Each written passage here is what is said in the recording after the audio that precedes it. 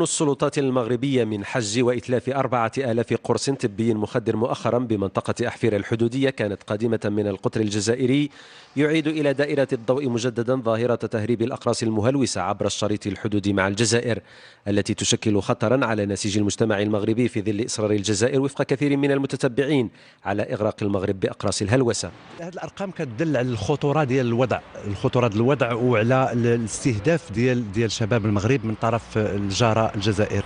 هاد الاقراص هذه كما هو معروف انها كتجينا من قلب الجزائر، وقيل على انه كاين هناك مصانع كتصنع هذا النوع من الادويه الفتاكه او السموم اللي ربما وكاين هناك صيادله جزائريين اللي كيتعمدوا إرسال هذه الأقراص إلى المغرب. الإدمان على تناول هذه الحبوب التي تباع بأثمان بخسة تتراوح بين 20 و50 درهما للقرص الواحد يشكل خطرا محدقا على صحة الفرد والمجتمع، حيث إن نسبة مهمة من الجرائم المرتكبة ببلادنا سببها تناول حبوب الهلوسة.